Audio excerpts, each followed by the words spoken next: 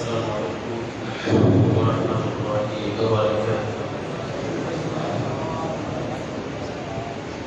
الحمد لله نحمده ونستعينه ونستغفره ونؤمن به ونتوكل عليه ونعوذ بالله من شرور أنفسنا ومن سيئات أعمالنا. من يهده الله فلا مضل له ومن يضلله فلا هادي له. ونشهد أن لا إله إلا الله وحده لا شريك له. ونشهد أن سيدنا وحبيبنا ومولانا محمدا عبده ورسوله أرسله بالحق بشيرا ونذيرا وداعيا إلى الله بإذنه وسراجا منيرا. أما بعد فقد قال الله تعالى في كلامه المجيد والفرقان الحميد. أعوذ بالله من الشيطان الرجيم. بسم الله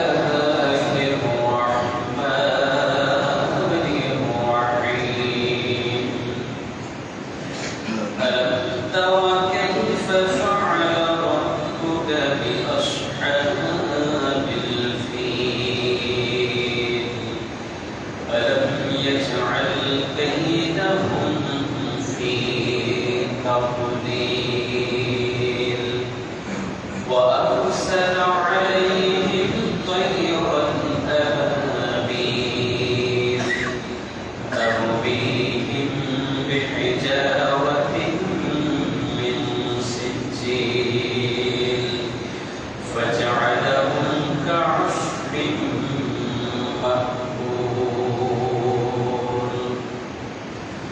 وقال تعالى في شان حبيبه ومحبوبه ومعشوقه مخبرا وآمرا: إن الله وملائكته يصلون على النبي يا أيها الذين آمنوا صلوا عليه وسلموا تسليما. اللهم صل على سيدنا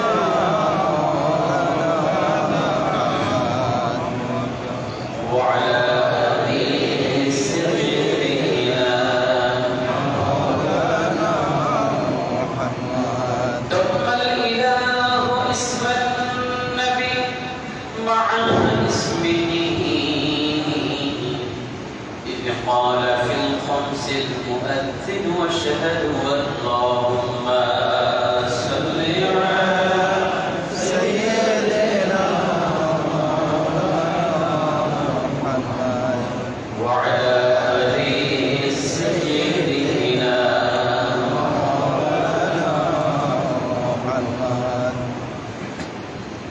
সম্মানিত মুসলিম কেরাম, আজকে পবিত্র জিলহজ মাসের শেষ জুমা। আজকে 28 জিলহজ, আর একদিন কিংবা দুদিন পরেই আল্লাহর মাস শাহরুল্লাহ মুহররম, পবিত্র মুহররম মাস আমাদের সামনে সমাগত। সেই মাসকে সামনে রেখে এবং পবিত্র জুমাটাকে কার্যকরী হিসেবে গ্রহণ করার নিয়তে আমার সামনে সমাগত আজকের এই মহৎ দিনে সম্মানিত মুসলিম কেরাম, শুরুতেই আমরা রবের শুকরিয়া স্বরূপ আমরা সবাই উচ্চারণ করছি আলহামদুলিল্লাহ। রাসূল আকরাম সাল্লাল্লাহু আলাইহি ওয়াসাল্লামের শানে লক্ষ কোটি দরুদ এবং সালাম।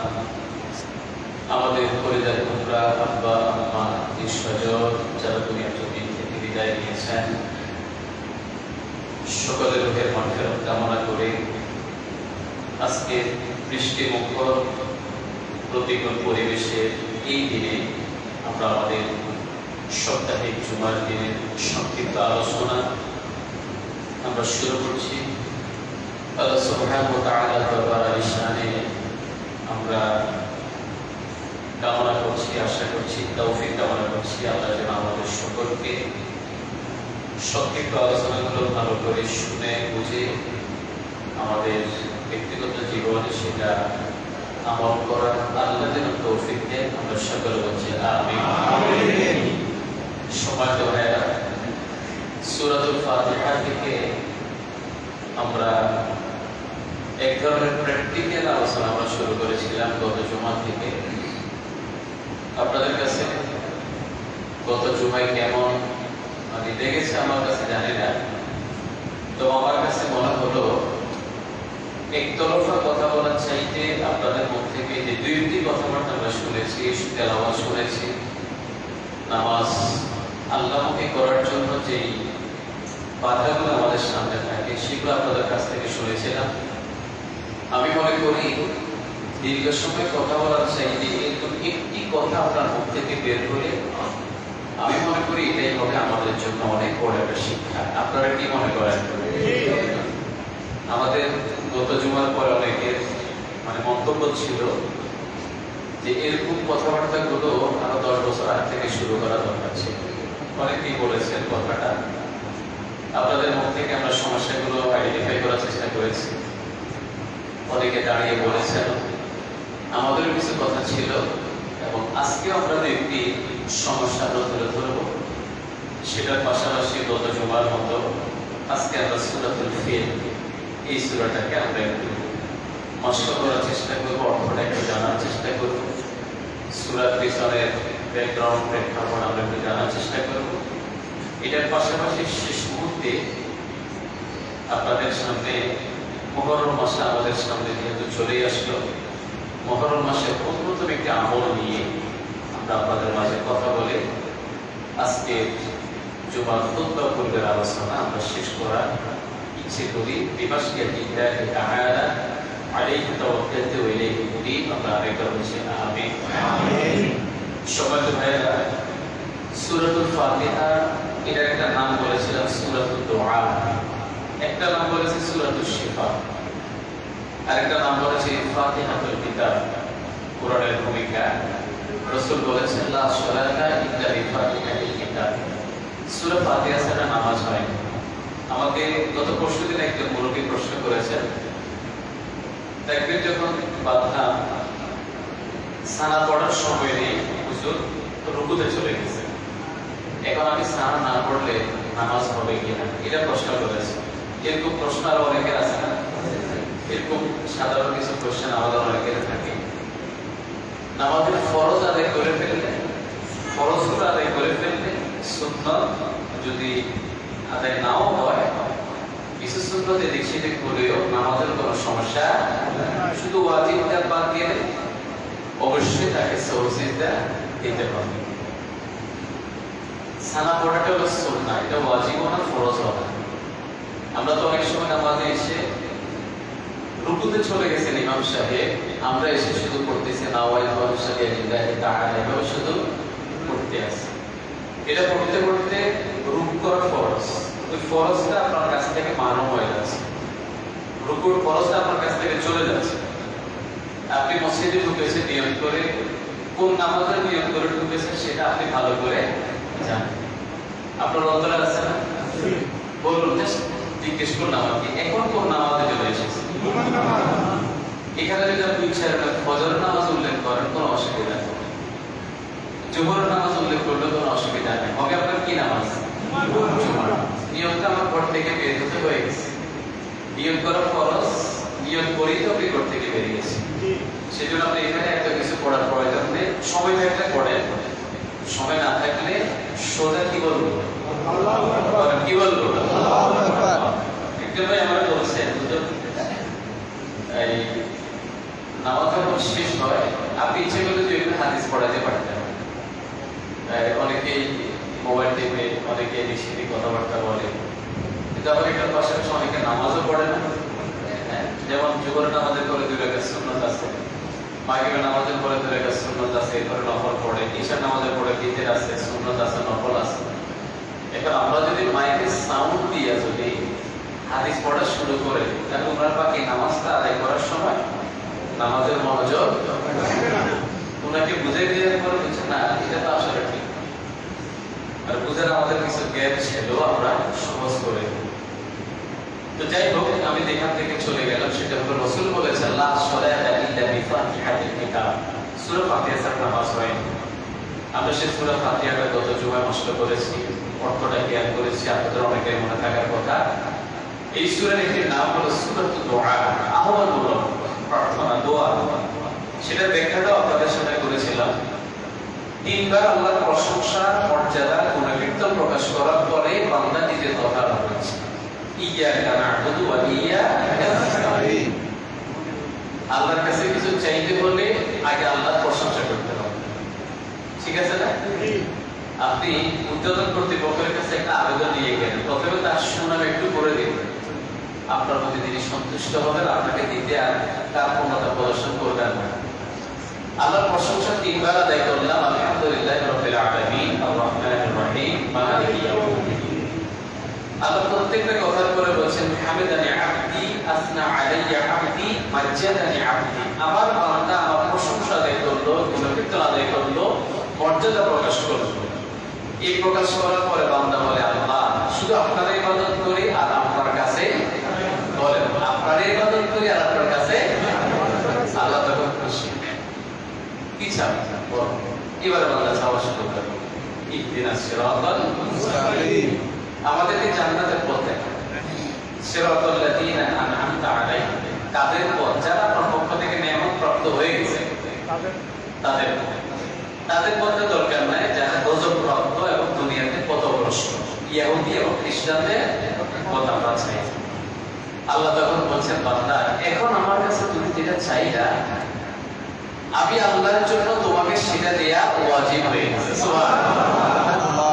আমরা চেষ্টা করব ওয়ালাকাদ আতাইনাকা সাবআন মিনাল মাসানি ওয়াল কুরআনাল আযীম, বারবার পঠিতব্য, বারবার উচ্চারিত একটি সূরা, 7 আয়াত বিশিষ্ট সেই সূরাটা আমরা চেষ্টা করব 7টা আয়াতকে আলাদা আলাদা উচ্চারণ করার জন্য, যেন আমি তেলাওয়াত করলে আল্লাহ যেন কথাটার উত্তরটা দেওয়ার সুযোগ পান। সুবহানাল্লাহ।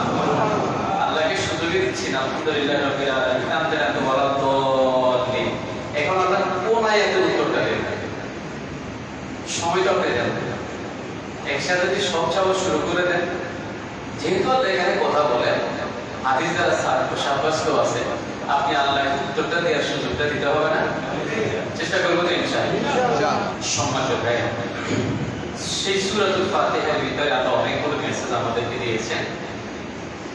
আলহামদুলিল্লাহি রাব্বিল আলামিনের মাধ্যমে আমরা আল্লাহর প্রশংসা আদায় করি, আল্লাহ শুকরিয়া আদায় করলে আল্লাহর নিয়ামত আমাদের আরো বাড়িয়ে দেন।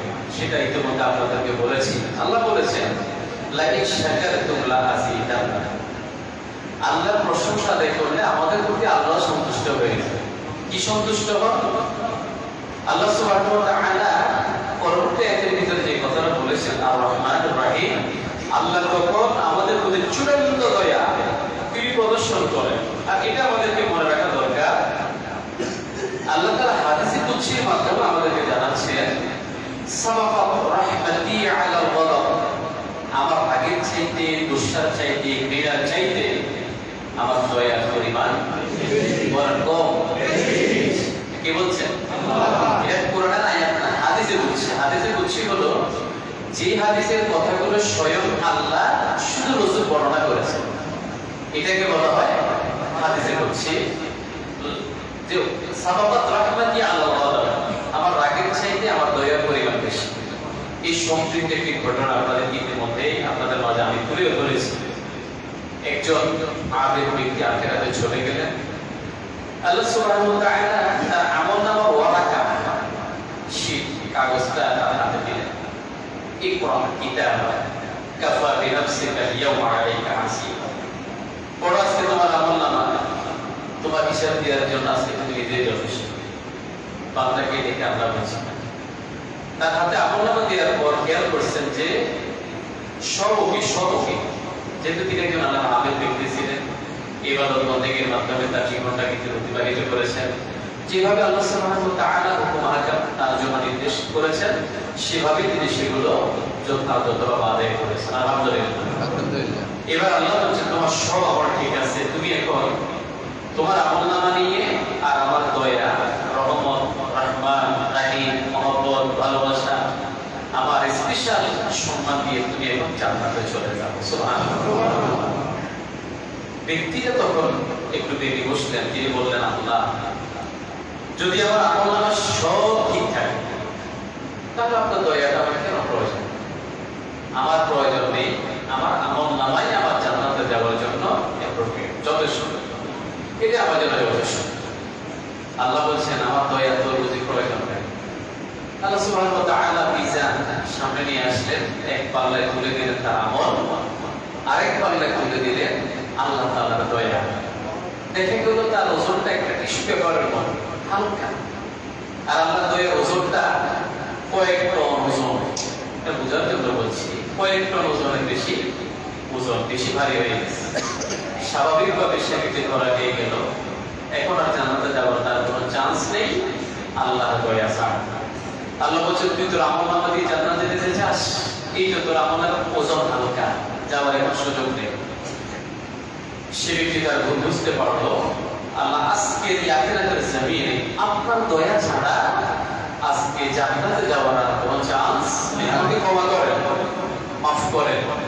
আল্লাহ তাআলা স্পেশাল একটা নাম করে রাখি, সূরাতুল ফাতিহার ভিতরে আমরা সেই শব্দটা উল্লেখ করি, আর রহমানির রহিম। কি শব্দ? রহমান আছে।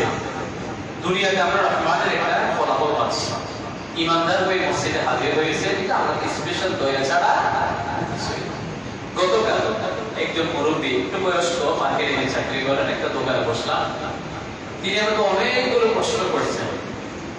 এর ভিতরে একটা প্রশ্ন হলো, আমাদের পৃথিবীতে কালেমা বিশ্বাসী ছাড়া অন্য ধর্মের লোকেরা আছে না? ওরা কোথায় যাবে? উনি আমাকে একটা প্রশ্ন করছেন। এটা তো আসলে স্বাভাবিকভাবে আমি উত্তর দিতে হবে, এটা আপনিও বলতে পারবেন, সে নিঃসন্দেহে কোথায় যাবে? এটা মুখস্থ বলে দিলে তো হবে না। কোরআনের একটা দলিল আদিলা প্রয়োজন আছে না? কেমনে এটা প্রমাণ দিতে হবে? কিভাবে? আল্লাহ তাআলা বলছেন ওয়া খালাকনাকুম আজওয়াজ। আল্লাহ তাআলা বলছেন মানে তিন দলে, সালাসা, তিন দলে আল্লাহ তাআলা বিভক্ত করবেন। একদল হবে আল্লাহ নিকট হাসিলকারী বান্দা, আরেক দল হবে আসহাবুল ইয়ামিন ডানপন্থী, আরেক দল হবে আসহাবুশ শিমাল বামপন্থী। বামপন্থীদের ভিতরে কালেমা বিশ্বাসীরাও থাকবে, অবিশ্বাসীরাও থাকবে। বিশ্বাসীদের বিচার শুরু হবে গুনাহের কারণে, আর অবিশ্বাসী যারা আছে তাদের বিচারের কোনো প্রয়োজন নেই। এটা আল্লাহ তাআলা স্পষ্ট কোরআনে বলে দিয়েছেন যে তিন দলে আল্লাহ তাআলা বিভক্ত করবেন। যেই দল, তৃতীয় দলের ভিতরে কালেমা অবিশ্বাসী যারা আছে তাদের বিনা বিচারে আপনারা বলেন জান্নাতে যাবে নাকি জাহান্নামে যাবে? সরাসরি বিচারের মানদণ্ড হলো একটা, যারা গ্রহণ করে নিয়েছেন লা ইলাহা ইল্লাল্লাহ মুহাম্মাদুর রাসূলুল্লাহ, এই মানদণ্ডের উপরে যখন বিচার শুরু হবে, একজন অমুসলিম ব্যক্তি যখন বিচারের মুখোমুখি দাঁড়াবে, তার আসল ফাউন্ডেশনটা এই নয়। ফাউন্ডেশনটা হচ্ছে লা ইলাহা ইল্লাল্লাহ মুহাম্মাদুর রাসূলুল্লাহ। সম্মানিত ভাইরা, কথা বলবো বুঝিয়ে চেষ্টা করবো ইনশাআল্লাহ। আপনাদের জ্ঞানার্থে প্রতি জুমার মতো আরেকবার স্মরণ করিয়ে দিচ্ছি, আপনাদের মসজিদ আমাদের পিলারের কাজটা অলরেডি শুরু হয়ে গেছে।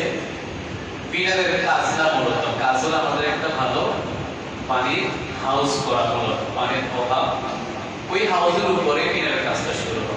আমাদের হাউসের কাজটা অলরেডি চলমান, অনেক ব্যয়বহুল একটি কাজ, বড় ধরনের। আপনাদের সাহায্যের মাধ্যমে মূলত কাজটা আমরা আগে নিচ্ছি। আজকের পবিত্র জুমার দিনে জিলহজ মাস, হজের মৌসুমের শেষ সময় আমরা হাজির হয়েছি।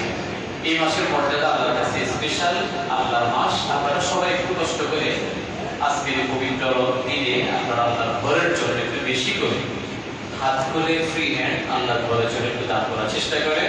আমরা সবাই বলি ইনশাআল্লাহ। সবাই তো ভাইরা, তাহলে দুনিয়াতে সবাই আল্লাহ দয়া পাচ্ছে, সেখানে মুসলমানরাও আছে, অন্য ধর্মের লোকেরাও আছে না? কিন্তু স্পেশালি আখিরাতের জমিনে হলো আপনি আমি গ্রহণ করে নিয়েছেন কালে পাবে, আপনি আমি ইসলাম গ্রহণ করে মুসলমান হিসেবে নিজেকে ঘোষণা করে দিলাম। স্পেশাল আল্লাহর দয়ার ভাগীদার, রহমতের ভাগীদার, স্পেশাল দয়ার ভাগীদার যারা হবে তারাই হচ্ছে দুনিয়ার জমিনে এই মুহূর্তে আমরা যারা কালবে বিশ্বাসী হয়ে মসজিদের ভিতরে শামিল হলাম, আমরাই সেই আল্লাহর স্পেশাল দয়া পাওয়ার হকটা অর্জন করেছি। সুবহানাল্লাহ। এটা হলো সংক্ষিপ্ত ব্যাখ্যা। মালিক ইয়াউমিদ্দিন, বিচার দিবসের মালিক। কি আমাদের একটা জমিন আছে না? আছে। সেদিন ইয়াউমা ইয়াফিরুল মারউ মিন আখিহি ওয়া উম্মিহি ওয়া আবিহি ওয়া সাহিবাতিহি ওয়া বানিহি। একজন আরেকজন থেকে পলায়ন করবে, কেউ কাউকে চিনবে না, মা তার সন্তানকে চিনবে না, বন্ধু তার বন্ধুকে চিনবে না, বাবা তার সন্তানকেও চিনবে না। একজন আরেকজন থেকে পলায়ন করবে আর মুখের ভিতরে শুধু থাকবে ইয়া নাফসি ইয়া নাফসি। সম্মানিত ভাইরা, সেই দিবসে মালিক যিনি তার প্রশংসা আদায় করলাম আমরা নামাজের মাধ্যমে। ইয়্যাকা না'বুদু ওয়া ইয়্যাকা নাস্তাঈন। আমরা দুনিয়ার কোনো ব্যক্তির ইবাদত, দুনিয়ার কোনো ব্যক্তির পূজা, দুনিয়ার কোনো ব্যক্তির বন্ধ আনুগত্য আমরা করব না। আমরা বন্ধ আনুগত্য একজনের করব, তিনি হচ্ছেন আল্লাহ, আর আরেকজনের করব, তিনি হচ্ছেন রাসূল আকরাম সাল্লাল্লাহু আলাইহি ওয়াসাল্লাম। ইদানিং একটা গান একজন শিল্পী গেয়েছেন, মানে কাকে মানবে, মানার ক্ষেত্রে কাকে সবচেয়ে বেশি অগ্রাধিকার দেবেন এই বিষয় নিয়ে এটার পক্ষে বিপক্ষে অনেক কথাবার্তা শুরু হয়ে গেছে। যদি বৃহত্তর ঐক্যের স্বার্থে এই ধরনের গান আসলে ইসলামী সঙ্গীত শিল্পীরা গাওয়া এমনকি উচিত হচ্ছে না, কিন্তু তবে কথা যেগুলো বলেছেন সেগুলোর ভিতরে আমাদের একটা বিরাট মেসেজ আছে। মেসেজটা হলো দুনিয়ার কোনো ব্যক্তিকে অনুসরণ করার আগে আমাদেরকে অবশ্যই অগ্রাধিকার দিতে হবে সেই ব্যক্তি কোরআন এবং হাদিসের মানদণ্ডে উত্তীর্ণ কিনা। ঠিক আছে না? কোরআন হাদিসের মানদণ্ডে উত্তীর্ণ কিনা তাকে তখন আপনি মানতে পারবেন। কিন্তু কোরআন হাদিস যেখানে আছে সেখানে আপনি সেগুলো বাদ দিয়ে দুনিয়ার ব্যক্তিকে আলাদা করে মানার কোনো সুযোগ নাই। হ্যাঁ, ব্যক্তিগত যদি আপনাকে নির্দেশে মানতে কোনো অসুবিধা নাই। সময় ভাইরা, আমরা ইবাদত করার ক্ষেত্রে অবশ্যই আল্লাহ ছাড়া আর কারো ইবাদত করব না। সাহায্য চাওয়ার ক্ষেত্রেও আল্লাহ ছাড়া আর কারো কাছে সাহায্য চাই। এটা আমি স্বীকৃতি দিয়ে দিলাম নামাজের মাধ্যমে, তেলাওয়াতের মাধ্যমে।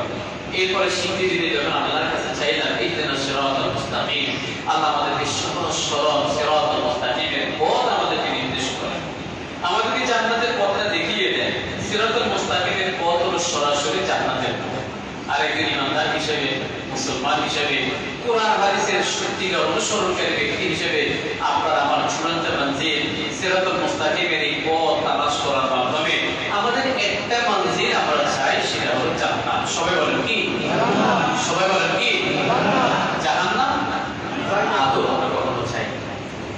আমরা আল্লাহর কাছে দোয়া করেছি, আল্লাহ আমরা জান্নাত চাই, সিরাতুল মুস্তাকিমের পথটা চাই। এরপরে সিরাতাল লাযীনা আন'আমতা আলাইহিম, যারা নিয়ামতপ্রাপ্ত নবী রাসূলগণ, সাহাবায়ে কেরাম, এরপরে যারা কোরআন হাদিসটাকে সরাসরি ফলো করে আল্লাহ সন্তুষ্টি হাসিলের বান্দা হয়েছে, যারা অন্তত ঈমানদার হয়ে একটা সঠিক পথ পেয়েছেন জান্নাতে যাওয়ার, ওই ব্যক্তিদের পথটা আমরা চাই। তাদের পথে আমাদেরকে কবুল করেন। সুবহানাল্লাহ। ওদের পথে আমরা চাই না, ব্যাখ্যা করলে অনেক লম্বা, অনেক সময় সাপেক্ষ। কাদের পথে আমরা চাই না? সোজা কথা আপনি অর্থটা বুঝে নেন। ইহুদিদের পথটা আমরা চাই না, খ্রিস্টানদের পথটাও আমরা চাই না। ওয়াইলিল মাগদুবি আলাইহিম ওয়ালাদ-দাল্লিন, এটার মাধ্যমে বুঝাইলো আমরা ইহুদিদের পথটাও চাই না, খ্রিস্টানদের পথটাও চাই না। ইহুদিরা আল্লাহর পক্ষ থেকে গজবপ্রাপ্ত, আর খ্রিস্টানরা তাদের সঠিক দ্বীনের পথ থেকে পথভ্রষ্ট। এই দুইটা জাতিকে নিয়ে করে আল্লাহ তাআলা সূরাতুল ফাতিহার শেষ আয়াতটা আল্লাহ তাআলা নাযিল করে আমাদেরকে শিখিয়ে দিচ্ছেন তাদের পথ তোমরা চেয়েও না, যারা গজবপ্রাপ্ত, যারা পথভ্রষ্ট। আদর্শ। সম্মানিত ভাইরা, দুনিয়াতে এই সূরাতুল ফাতিহা যদি আপনি ফলো করেন, পড়তে খেয়াল করেন, সামান্য ব্যাখ্যাটা যদি আপনি ফলো করেন, তাহলে হেদায়েতের পথ তালাশ করার জন্য আমার এই একটা সূরাই যথেষ্ট। সুবহানাল্লাহ। আপনি চেষ্টা করবেন আল্লাহ আপনার অন্তরকে ইসলামের জন্য করে দেন, এটা নিঃসন্দেহে সত্য। কোরআনে আল্লাহ তাআলা বলেছেন, ফামান ইউরিদিল্লাহু আন ইয়াহদিয়াহু, যে ব্যক্তি হেদায়েত প্রাপ্ত হতে চায়, হেদায়েতের পথ তালাশ করতে চায়, হেদায়েত চায়, ইয়াশরাহ সাদরাহু লিল ইসলাম, আল্লাহ সুবহানাহু ওয়া তাআলা তার অন্তরটাকে ইসলামের জন্য প্রসারিত করে দেন। সুবহানাল্লাহ। কোরআনটাকে বোঝার জন্য তার অন্তরকে আল্লাহ তাআলা প্রসারিত করে দেন। দ্বীনটাকে সে বোঝার জন্য, জানার জন্য, কথা পাওয়ার জন্য আল্লাহ তার অন্তরটাকে ইসলামের জন্য খুলে দেন। সুবহানাল্লাহ। আপনাদেরকে আল্লাহ তাআলা সেই সৌভাগ্য দান করেছেন। আমি তো মনে করি আপনারা তো সবার আগে মসজিদে চলে আসেন, এসে আপনারা কথাগুলো শোনার চেষ্টা করেন, আমাদের ভাইদেরকে আমরা ৫ ওয়াক্ত নামাজও দেখি, আপনারা আমল করার চেষ্টা করেন, হালাল ইনকাম করার চেষ্টা করেন, আমল করার চেষ্টা করেন। নিঃসন্দেহে আপনি চেষ্টা করেছেন বলে আজকে আল্লাহ তাআলা আপনাকে সবার আগে মসজিদে নিয়ে এসেছেন। সুবহানাল্লাহ। আপনাদের আল্লাহর বাইরে অনেক অসংখ্য বনিয়াদম গোলাম রাস্তাঘাটে এখনো হাঁটা চলার ভিতরে আছে, ব্যবসা বাণিজ্যের ভিতরে আছে না, দুনিয়াবি কাজের ভিতরে আছে। তাদেরকে আল্লাহ ওরা চায়ও নাই, পায়ও নাই। আপনারা চেয়েছেন, এই জন্য আল্লাহ তাআলা আপনাদেরকে দিয়েছেন। আপনি দোয়া করতেছেন ইহদিনাস সিরাতাল মুস্তাকিম, ওই পথ পাওয়ার জন্য আল্লাহ তাআলা আপনাকে সবার আগে আল্লাহর ঘরে কবুল করেছেন। সুবহানাল্লাহ। সম্মানিত ভাইরা, আমরা সেই সূরাতুল ফাতিহা থেকে গত জুমায় কথা বলেছি, শুনেছিলাম। আজকে আমরা আমাদের সূরাতুল ফিল, ফিল শব্দের অর্থ হচ্ছে হাতি। কি বলেন? অর্থ কি? পবিত্র কোরআনে সূরাগুলো নামাঙ্কিত করার ক্ষেত্রে দুইটা পদ্ধতি আল্লাহ তাআলা ব্যবহার করেছে। কয়টা? দুইটা। খেয়াল করেন, কয়টা বলেন? দুইটা। একটা হলো ভাবার্থ, আরেকটা হলো সরাসরি কোনো শব্দ। আপনি খেয়াল করলে সূরাতুল ফাতিহার ভিতরে ফাতিহা নামে কোনো শব্দ আছে? আমরা যেটা মশহুর, যেটা প্রসিদ্ধ, সূরাতুল ফাতিহা বলে, ঠিক আছে না? ফাতিহা শব্দ কোরআন সূরা ফাতিহা আছে? হামদ আছে, এই সূরাটার নাম হলো সূরাতুল হামদ। কিন্তু হামদ, সূরাতুল হামদ বললে একা হয়তো আপনারা বুঝবেন, কিন্তু আমি বলে ফেলেছি। কোটি কয়েকজন লোক হয়তো আগে থেকে জানতেন এই সূরাটার নাম সূরাতুল হামদ, কিন্তু হঠাৎ করে কাউকে জিজ্ঞেস করলে বলতো সূরাতুল হামদ তেলাওয়াত কর, পারবে কেউ? সূরাতুল ফাতিহা তেলাওয়াত শুরু করবে আলহামদুলিল্লাহি রাব্বিল আলামিন। তার মানে এখানে ভাবার্থটা মৌলিক একটা নিগূঢ় রহস্য অর্থ আল্লাহ তাআলা ব্যবহার করে একটা নাম আমাদের জন্য স্পেশাল করে দিয়েছেন, সূরাতুল ফাতিহা। কিন্তু সূরাতুল ফিলের ভিতরে আল্লাহ তাআলা একটা শব্দ ব্যবহার করে দিয়েছেন, আলাম তারা কাইফা ফাআলা রাব্বুকা বিআসহাবিল ফিল। ফিল শব্দটাকে ব্যবহার করে আল্লাহ তাআলা এই সূরার নাম করেছেন সূরাতুল ফিল। এটা কখন নাযিল হলো? মাক্কি সূরা। এই ব্যাপারে সবাই একমত। সূরাগুলোকে কয় ভাগে ভাগ করা হয়েছে? সবাই বলেন কয় ভাগ? পিছন থেকে আলাদা করার জন্য। হিজরতের আগে সূরাগুলো মাক্কি, হিজরতের পরে সূরাগুলো সোজা অর্থ, ঠিক আছে? হিজরতের আগে গুলো মাক্কি, পরেরগুলো মাদানী। সূরাতুল ফিল কোন সূরা? মাক্কি সূরা। সূরাতুল ফাতিহা কোন সূরা?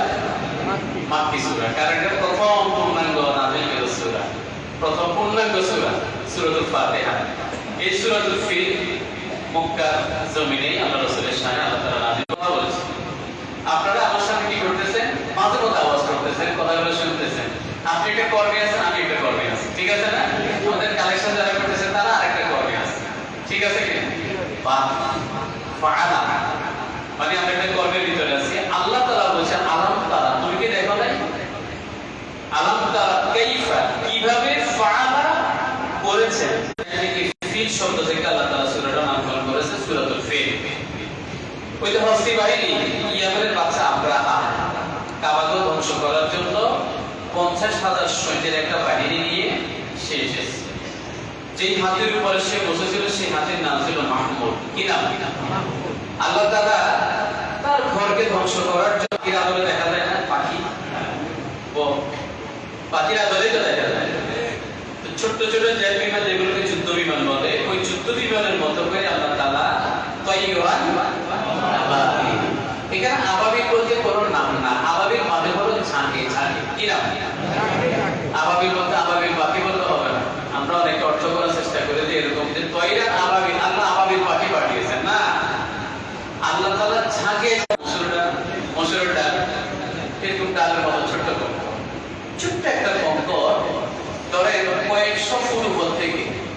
অথবা 1000 ফুট উপর থেকে 2000 ফুট উপর থেকে এটা ছেড়ে দিয়েছে। আর এটা যার শরীরে পড়লো, যেখানে পড়লো এটা বিপরীত প্রান্ত দিয়ে সেটা বের হয়ে গেছে। আল্লাহু আকবার। যার শরীরে মাথায় পড়েছে পিছন রাস্তা দিয়ে, ঠিক কিনা বলেন? মসজিদগুলো হল জুজুম মিনাল কাবা, কাবার একটা আল্লাহর ঘর মসজিদকে তারা ধ্বংস করেছে। আল্লাহ তাআলা শুধু ছাড় দিচ্ছেন, ছাড় দিচ্ছেন, ছাড় দিচ্ছেন, যাও আগাও। ছোট্ট ছোট্ট বাচ্চাগুলো হারিয়ে যাচ্ছে, খেয়াল করছেন আপনারা?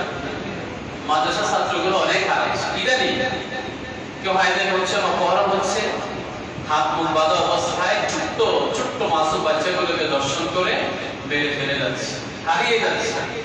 ঢাকা, চট্টগ্রাম, গ্রাম অঞ্চল কোথাও বাদ যাচ্ছে না, হারিয়ে যাচ্ছে। এক একবার এক একটা আযাব গজব আল্লাহ আমাদের উপর আপতিত করেন, আমাদের কর্মের কারণে। সমাজে ভাইরা এই সমস্ত আযাব গজবগুলো মাঝে মধ্যে আল্লাহ তাআলা দিয়ে আমাদেরকে সতর্ক করেন। চূড়ান্ত ভাবে আল্লাহ যখন ধরবেন, সেখান থেকে পার পাওয়ার আর সুযোগ তুমি পাবে না। সমাজে ভাইরা আপনি ডানে বামে তাকান, আপনার ডানে বসা ছিল কত ব্যক্তি দুনিয়া থেকে চলে গেছে, বামে বসা ছিল কত ব্যক্তি দুনিয়া থেকে চলে গেছে। আপনি এখনো জীবিত আছেন, শুকরিয়া আদায় করা দরকার আছে না? আর শুকরিয়া আদায় করার পাশাপাশি ইয়াকা না'বুদু আল্লাহর ইবাদতটাও করা দরকার। সমাজে ভাইরা কাবার একটা অংশ, অসংখ্য মসজিদ শহীদ করে দেওয়া হচ্ছে। আল্লাহকে সহ্য হবে না। আব্দুল মুত্তালিব রাসূলের দাদা ছিলেন, তার পশুগুলোকে তারা হাইজ্যাক করে নিয়ে গেছে, সেগুলো আনতে গেছেন, আমার পশু ফেরত দাও। আব্রাহা সে জিজ্ঞেস করলো, তুমি কাবা ঘরের ছাবি, তুমি রক্ষণাবেক্ষণ করো, তুমি রক্ষক, তুমি কাবার কথা না বলে তোমার পশুর কথা কেন বলছো? আব্দুল মুত্তালিব কাবার রক্ষক, রাসূল সাল্লাল্লাহু আলাইহি ওয়াসাল্লামের সম্মানিত দাদা যান, তিনি বলছেন এই পশুর মালিক আমি, কি জন্য? পশু আমি চেয়েছি, আমার পশু ফেরত দাও। কাবার মালিক স্বয়ং কে? এই ঘরের মালিক কে? কাবার মালিক। ওই কাবার মালিককে ভালো বুঝবেন সেটা তিনি কিভাবে হেফাজত করবেন। কারণ আমার এত ক্ষমতা নাই তোমার সাথে যুদ্ধ করে কাবা সংরক্ষণ করবো, আমি পারবো না। আমার যতটুকু সম্ভব চেষ্টা করেছি, আমার গোত্রের লোকদেরকে সরিয়ে দিয়েছি। আমরা চেয়েছি তোমাদেরকে বুঝিয়ে শুনি, আমাদের সে অস্ত্র আমাদের কাছে নাই তোমাদের প্রতিরোধ করার মতো।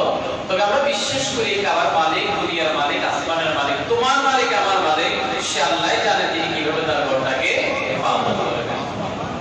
আল্লাহ হেফাজত করেছেন। আগেও বলেছেন ছোট্ট ছোট্ট বাইরান আবাবিল, ছোট্ট ছোট্ট ঝাঁকে ঝাঁকে পাখি প্রেরণ করে আল্লাহ তাআলা পাথর নিক্ষিপ্ত করে ওই জাতিটাকে, ওই সৈন্য বাহিনীটাকে একদম দুলিশাত করে দিয়েছেন। কাআসফিন মাহমুদ, বলেন কাআসফিন মাহমুদ। কিছুদিন আগে কুরবানের গরু জবাই করেছে, এখানে একটা ফলে আছে না? হ্যাঁ, ভিতরে একটা ফলে আছে। চর্বণ করার পরে এগুলো সেখানে গিয়ে জমা হয়, সেখান থেকে আস্তে আস্তে তার পেটে যায়। এই যে এখানে জবাই করার পর যে ফলের ভিতরে মাত্র চর্বণ করলো ঘাস, লতা পাতা, একদম ভর্তার মতো হয়ে যাওয়ার ভর্তা। ঠিক ওই ব্যক্তিগুলো এরকম ভর্তার মতো চর্বিত ঘাস, মুখ দ্বারা দাঁত দ্বারা চর্বিত ঘাসের মতো, টিনের মতো, লতা পাতার মতো ওই আব্রাহার সৈন্যবাহিনীকে আল্লাহ তাআলা বানিয়ে দিয়েছেন পাথরে পারমাণবিক বোমার আঘাত করার মাধ্যমে। সুবহানাল্লাহ। এই ঘটনাটা সূরাতুল ফিলের ভিতরে আছে। এখান থেকে আমার জন্য বড় শিক্ষা হলো, দুনিয়ার জমিনে আপনি যতই ক্ষমতাশালী হন, যতই পাওয়ারফুল হন, আল্লাহ সুবহানাহু ওয়া তাআলার নাফরমানি যদি করেন, কোরআনের নাফরমানি যদি করেন, ইসলামের বিরুদ্ধে আচরণ যদি করেন, ওলামায়ে কেরামের নাফরমানি যদি করেন, দ্বীনের বিরোধিতা যদি করেন, তাহলে আব্রাহার সৈন্যবাহিনীর মতো চর্বিত টিন, ঘাস, লতা পাতার মতো আল্লাহ তাআলা আপনাকে যে কোনো সময় করে দেওয়ার ক্ষমতা। বড় শিক্ষা। মাঝে মধ্যে ডিসকভার চ্যানেলের ভিতরে দেখা যায় একটা সময় যে বাঘটা একসাথে কয়েকটা হরিণ শিকার করতো, আর এখন সে অন্য হায়রা পশু দ্বারা নিজে আক্রমণের শিকার দেখা যায়। মাঝে মধ্যে গ্রামাঞ্চলে বলে বাঘের পর কত বছর, 12 বছর পর আসতের পরে মোটামুটি তাকে মানে আখিরাতের দিকে যাওয়ার একটা প্রস্তুতি নিতে হবে। তো ঠিক সেই সময়ে যে লাভ দিয়ে শিকার করার মতো তার শারীরিক ফিটনেস আর থাকে না। এরকম সবকিছু একটা উত্থান আছে, এটা বিপরীতে কি আছে? কথা বলেন না কেন?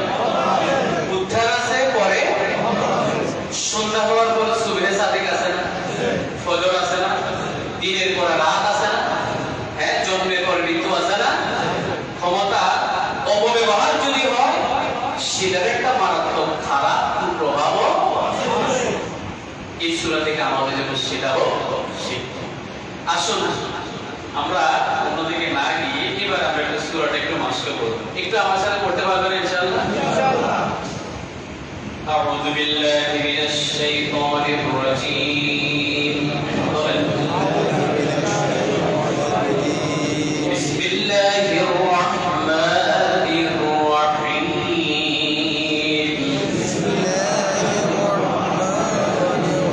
আলাম তারা আকাশে তারা না তাওয়া তা বলেন তা তা না র জগৎ থাকলে একটু মোটা করে বলতে হবে তা আলাম তারা একটু শুদ্ধ করার চেষ্টা করেন। কাইফা ফাআলা আমাদের একটু ভুল করেন ফাআলা এরকম বলে না ফাআলা বলা যাবে না ফাআলা একসাথে ফাআলা ফাআলা রব্বুকা আলাম তারা কাইফা ফাআলা রব্বুকা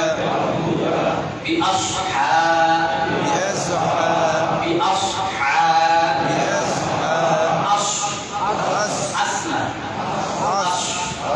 ঠোঁটটাকে একটু গোল করেন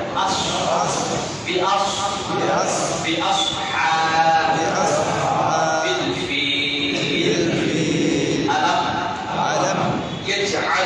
ইয়াজআল বলেন আইনা বলেন আলাম ইয়াজআল কাইদাহুম অনেকে বলেন কাইদাহুম না কাইদাহুম স্বাভাবিক কাইদাহুম ফি তাদলিল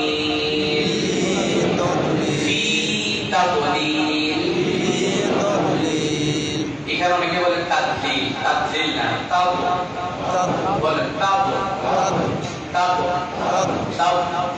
মানে ঠোঁটটাকে একটু গোল করবেন তাদলিল ওয়া আরসালা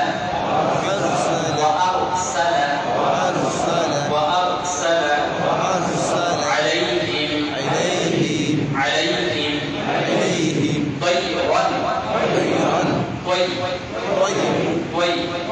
তাইনা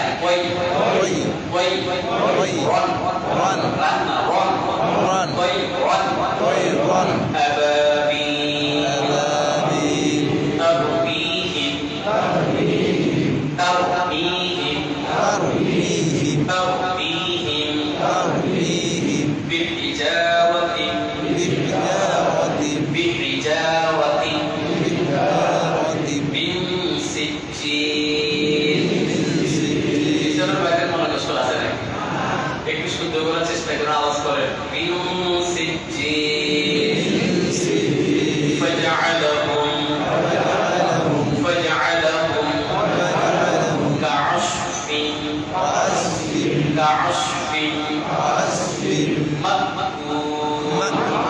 এখানে অনেকে ভুল করেন মা বলেন হামজা বলেন ধাক্কা দেন এগুলো তো আপনাদের অনেকের মুখস্থ আছে। আজকে একটা ডিবেট করেছেন একটা ভুল আমরা করি যেই নামাজের ভিতরে সূরা আস্তে পড়া যাবে সেখানে আস্তে পড়তে হবে, যেটা জোরে পড়তে হবে সেটা জোরে পড়বে। ইমাম সাহেব জোরে পড়বেন, আপনি একাকে নামাজ পড়ার সময় জোরে পড়ার কোনো সিস্টেম নাই। এখন আপনি আস্তে পড়ার সময় এমন ভাবে পড়বেন যেন পাশের ব্যক্তির কানে আওয়াজ না যায়।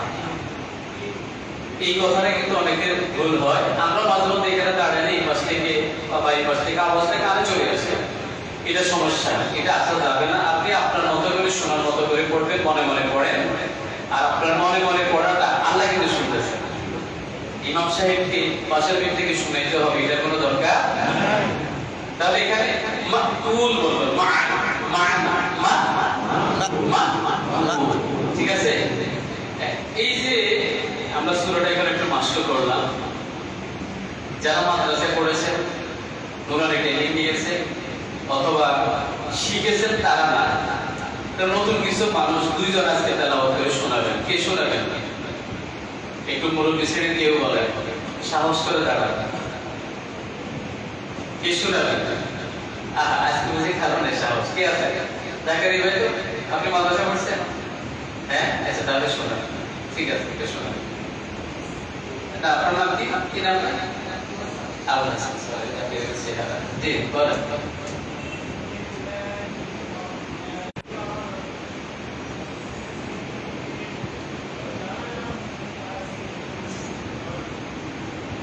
কয়েকটা মিস্টেক আছে, তাই ওর নাম কই বলে, সবাই বলে কই কইবা।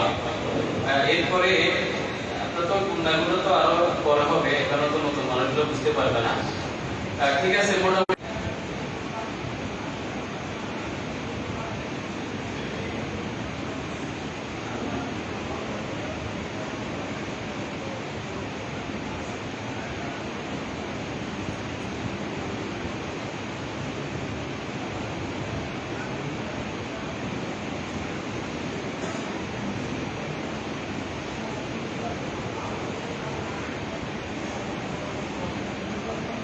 আপনি একটু পার্সোনালি বলে দেন। আপনারা অনেকে শুনছেন, আপনাদের কোনো অসুবিধা হচ্ছে নাকি? আমরা আসলে তো সবসময় নামাজ পড়ি, খোঁজখবর নেওয়া সম্ভব হয় না, আলাদা করে সময় থাকে না। আমরা এই জুমাগুলোতে আমরা একটু প্রোডাক্টিভ করতে হবে, কার্যকর করতে হবে। আপনি কি জানেন, কি শিখলেন, কিছু মাঝে মধ্যে জানা দরকার আছে, জানা দরকার আছে। এই যে আমরা নামাজের ভিতরে আমরা তেলাওয়াতগুলো আমরা অর্থ বুঝে ভালো করে করি না। আসলে আমরা এবারে কঠোরা খেয়াল করি। কেমন? আগে একটা এর অর্থ বলেছি। আপনি কি দেখেন নাই হাতিওয়ালাদের সাথে আল্লাহ কি ব্যবহার করেছে? মানে তাদেরকে গজব দিয়েছে। কি দিয়েছে? মানে আল্লাহ ধরলে ধরে না ধরলে আল্লাহ তাআলা তাদের ষড়যন্ত্র ব্যর্থ করে দিয়েছে। ষড়যন্ত্র কি করেছে? কোন ষড়যন্ত্র? কাবাগর ভাঙা করা ষড়যন্ত্র, ভাঙার ষড়যন্ত্র। আল্লাহ তাদের সেই ষড়যন্ত্র ব্যর্থ করে দিয়েছে। ওয়া আরসালা আলাইহি, ব্যর্থ করার ক্ষেত্রে আল্লাহ কি ফর্মুলা দিয়েছেন? তায়রান, কি পাঠাইছেন?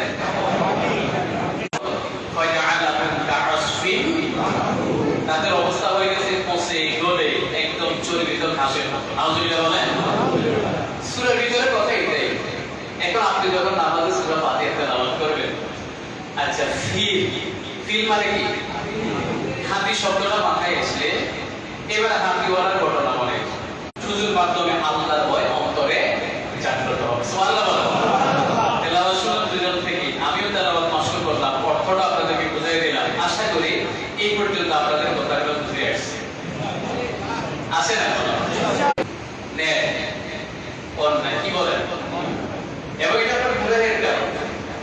এতগুলো মানুষকে কষ্ট দিলেন, গায়ের সাথে পা হাড়ের মধ্যে লাফ দিয়ে আসলেন, আবার আসার পরে মানে এসি যেখানে বাতাসটা বেশি প্রবাহিত করছে ওই বরাবরে যে বসে। ঠিক আছে, একটা টার্গেট নিয়ে তারা আসে। এই ক্ষেত্রে আসবেন, তবে আপনি যেখানে জায়গা পাবেন সেখানে বসবেন। এই যে সুন্নাহ, আর যারা আগে আসবেন তারা অবশ্যই সামনের জায়গায় বিলাপ করে তারপরে বসবেন। সমাজে ভাই এটা আমাদের বন্ধুদের হয়ে যায়। আমি গত বছর যখন অনেকবার আপনাদের কাছ থেকে ফিডব্যাক দিচ্ছিলাম, মানে আমাদের দু একজন মন্তব্য ছিল, হুজুর আপনি যেটা শুরু করছেন হয়তো এখন আর মসজিদে ইমাম সাহেবের পিছনে মুয়াজ্জিন নাই, একামত দিতে হবে। আর যারা মাদ্রাসা পড়ছেন তারা না, একজন সাধারণ মুসল্লি কেউ তো দাঁড়ানো দেখি, আপনি দাঁড়ান দাও, আপনি বলেন, আমি এবার মেনশন করে দেবো। হ্যাঁ, একামতটা দেখুন তো।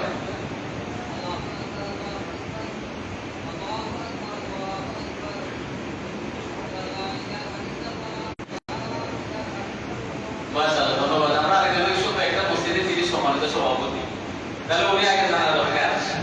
আমাদের মসজিদের এলাকার নাম কি পরিবর্তন করছেন আলী হাসান ভাই? মসজিদের নাম পরিবর্তন কি হয়েছে এখন? ইসলামাবাদ না? তাই একটা নাম লেখছেন আপনাদের আলাক্সা। আলাক্সা এই দাঁড়ান, পাশে কি আছে বুঝতে পারবেন? একটু শুনে একটু। হ্যাঁ, তিনবার হয়েছে, আরো একবার।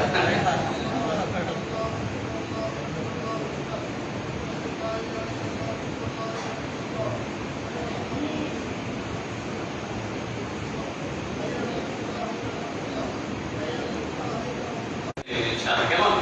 আলহামদুলিল্লাহ, আমরা তাদের থেকে কিছু শুনলাম। আমরা জানার জন্য আলোচনা আমলের মাধ্যমে জান্নাত এরকম সমাবেশে আমদানি সাহেব একসাথে থাকতে পারি ইনশাআল্লাহ। আমরা সবাই বলি আমিন। 2 মিনিটে আমরা দুটো মেসেজ দেব। একটা হলো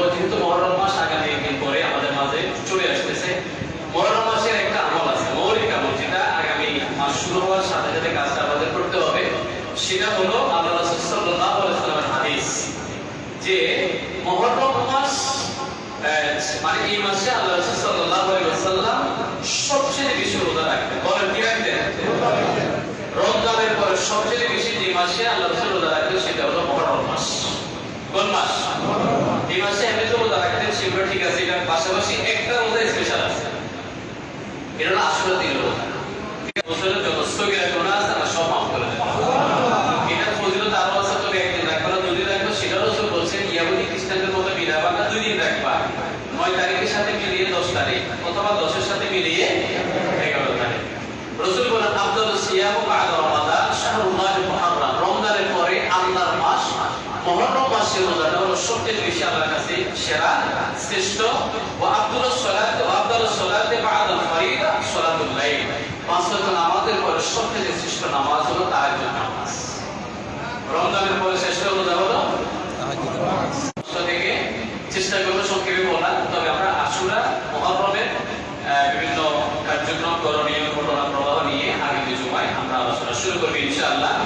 শেষ মুহূর্তে একটা সুখবর দিয়ে আমরা আমাদের আলোচনা আজকে শেষ করব, সেটা হলো মসজিদ ভিত্তিক আমরা যে প্র্যাকটিসটা করলাম এটা আমাদের জন্য কল্যাণকর। মাসাল যা আমাদের খুব বেশি প্রয়োজন। আপনারা জেনে খুশি হবেন এবং একবার হলেও দোতলায় উঠে একবার নজর দিয়ে যাবেন, চোখ পরিয়ে যাবেন। আপনাদের একটি মসজিদে নতুন একটা কার্যক্রম প্রজেক্ট হাতে নিয়েছিলাম, সেটা আজকে আমরা সকাল 11টা সেখানে 1.5 লক্ষ টাকার কিতাব আমরা সেখানে ইনক্লুড করবো। ইতিমধ্যে 30-35 হাজার টাকার কিতাব আমরা অলরেডি সামিল করেছি। আমরা উদ্বোধন করেছি, আপনাদের জীবন ঘনিষ্ঠ প্রয়োজনীয় বিষয়গুলোকে সামনে রেখে কিতাবগুলো চয়েস করেছি। আরো কিতাবগুলোকে সহজ মাসলাকের কিতাবগুলো আমরা এখানে রাখবো ইনশাআল্লাহ। আপনারা নামাজে আসবেন, বিশেষ করে বিকেলবেলা জোহরের পরে যখন আপনাদের রিল্যাক্স টাইম থাকে, ফ্যান চালিয়ে না ঘুমিয়ে সেখানে একটা ফ্যান চালিয়ে আলমারি থেকে একটা বই কিতাব দিয়ে একটা মাসালা, একটা বিধান, একটা কিতাব ওখানেও থাকবে। তাফসীর যত অনেকগুলো আছে আপনারা মাঝে মধ্যে একটু পড়বেন ইনশাআল্লাহ। আর যিনি নিজের পরিবারের মুরব্বিদের ইসলামের সওয়াব হিসাবে অর্থায়ন করেছেন, আমরা ওনার জন্য দোয়া করি। মরহুম নাসির আহমদ এবং মরহুমা সলিমা খান ওনাদের সিলসিলা সওয়াবের জন্য আবুল হোসেন লীলাশাকে সহায়তা করেছেন। আপাতত কারো কাছ থেকে আমরা সহযোগিতা নেব না, সেটা এককভাবে উনি করতেছেন। এই জন্য ভবিষ্যতে যদি প্রয়োজন হয়, আমরা যদি আরো একটা সেট দরকার হয়, আরো কিছু প্রয়োজন হয়, তখন আপনাদের কাছ থেকে যদি আপনারা সহযোগিতা করতে আপনাদের ইচ্ছে থাকে তখন করতে পারবেন, বলবো এখন না। তবে এখন উনি ব্যক্তিগতভাবে করেছেন। আমাদের সমাজের সভাপতি, আমাদের মুফতি সাহেব, আমাদের সেক্রেটারি সাহেব, কমিটির সদস্যরা আমাদের সাথে করে যাচ্ছে যেন এই মিম্বারে বসে তিনি যে কথাগুলো বলবেন, তিনি যেন এই সহিহ অথেন্টিক কিতাব থেকে জ্ঞান অর্জন করে তিনি যেন বলতে পারেন, সেই ব্যবস্থা আমরা আজকে করে গেলাম।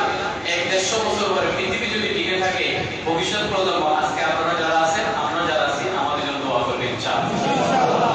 আমরা কি 150 বছর পরে কেউ থাকবো না? কোন সময় আনুষ্ঠানিকভাবে 2024 সাল, আজ থেকে 100 বছর পরে যারা আসবেন তারা এখান থেকে ফায়দা হাসিল করবেন। তারা যে দোয়াটা করবে সদকায়ে জারিয়া আল্লাহ আমাদের আমল মুসাবিল ইনশাআল্লাহ।